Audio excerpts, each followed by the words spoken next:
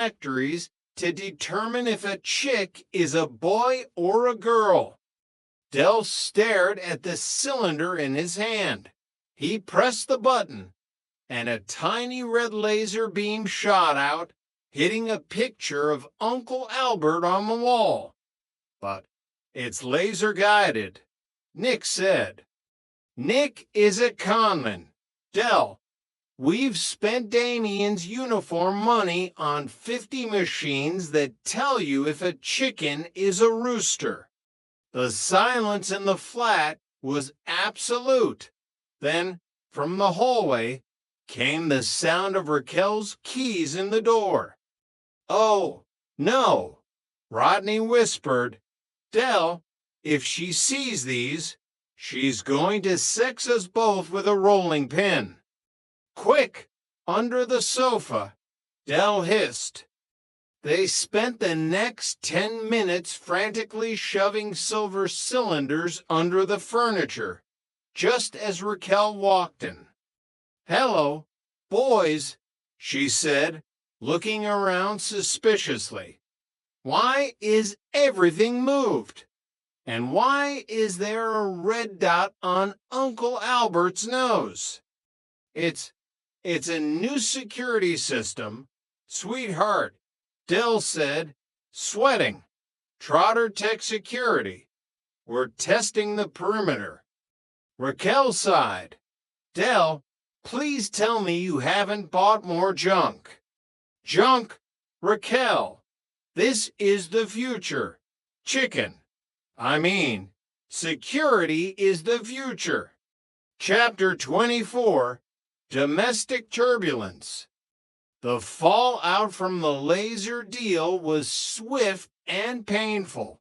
Raquel discovered the cylinders within 48 hours, mostly because the cat had learned how to trigger the lasers, turning the living room into a low-budget disco.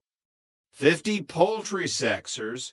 Derek, Raquel yelled, her voice echoing through the tower block. We could have bought Damien a new wardrobe. We could have paid the rent for 3 months. It's an emerging market. Raquel, Del pleaded, cowering behind the armchair. The organic chicken industry is booming. Everyone wants to know the gender of their poultry. Rodney was no help either. He had taken to wearing his Spartacus tunic around the flat as a form of silent protest. If anyone needs me, Rodney said, walking through the kitchen with a wooden spoon, I'll be in the Coliseum or the local job center. Oh, shut up, you tart, Del snapped. I'm working on a pivot. A business pivot. He retreated to the balcony, the one place he could think. He looked out over Peckham and saw Boyke's Mercedes driving past far below. He knew Boyke was laughing at him. He knew everyone was. But as he looked at the silver cylinder in his hand, an idea began to form. It was a crazy idea. A stupid idea. A Trotter idea. Rodney, Del shouted, bursting back into the room. I've got it. We don't sell M to farmers. We sell M to the entertainment industry. The what? Laser tag, Rodney. We market M as pro-level laser tag kits for high-end corporate away days. We tell M it's a tactical training tool used by the SAS. Rodney looked at the poultry sexer. He looked at Del. For a second, a spark of the old madness returned to his eyes. Tactical training. For corporate away days?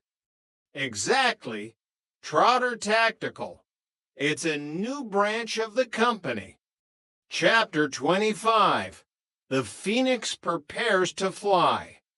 It was Friday night at the Nag's Head. Del stood at the bar, a silver cylinder tucked into his waistband like a futuristic weapon. "All right, Trig," Del said, nodding at his friend. "All right, Del, what's that on your hip?" "A fancy new torch." "It's a tactical marking device," Trig, Del said, winking. "Standard issue for the elite squads. I'm organizing a tournament next weekend. 20 quid an entry. Winner gets a bottle of my finest champagne." "Sounds dangerous," Trigger said, looking impressed. "Can I be the referee?" "You're hired," Del beamed. He looked across the bar and saw Rodney talking to a group of young city types who had wandered in from the more gentrified parts of town. Rodney was gesturing wildly with an electronic personal organizer and a silver cylinder. "And the beauty of the Trotter tactical system," Rodney was saying, his voice filled with newfound confidence, "is the haptic feedback. It's so precise it's practically clinical." Del watched his brother and felt a surge of pride. They were back in the game. They weren't millionaires, yet they weren't even thousandaires, but the wheels were turning. The yellow van was still outside, the debt was still there, and they were still the Trotters. "I'll fetch the suitcase from the van," Del whispered to himself, a small, knowing smile on his face. Because in Peckham, the seasons might change and the tides might turn, but a Trotter always has one more card to play. "Mange tout, Rodney," Del muttered, raising his glass of cognac. "Mange tout." The E&D for now. The Peckham Redemption, a Trotter Odyssey. Chapter 1, The Gray Room of Reality. The office of Justin, a man whose suit cost more than the Trotters' combined monthly income during their lean years, smelled of expensive furniture polish and the cold, sterile scent of bureaucracy. Outside the window, the London skyline was draped in a miserable, drizzling shroud of gray, but inside, the fluorescent lights hummed with a predatory energy. Derek Delboy Trotter sat on the edge of a leather chair that felt far too soft for a man who preferred the hard, honest stools of the Nag's Head. He adjusted his tie, smoothed his hair, and tried to summon the ghost of the multimillionaire he had been only months ago. Across from him sat Rodney, looking like a man who had been caught in a storm without an umbrella and had finally given up on trying to stay dry. So, Justin said, clicking a heavy silver pen, "Mr. Trotter, I have the basic details of the business career, the colorful history of Trotter's independent traders, but I'm looking for the soul of the story, your raison d'etre." Del leaned forward, his eyes twinkling with a desperate, familiar spark. "My what?" "Oh, the laboratory garni." "Yes, quite. It's a French term, isn't it?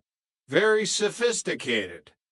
Rodney groaned softly, a sound that started in his toes and ended in a weary exhale.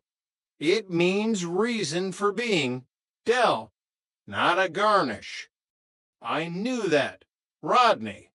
I was just testing the boy," Del snapped, then turned back to Justin with a grin that didn't quite reach his ears.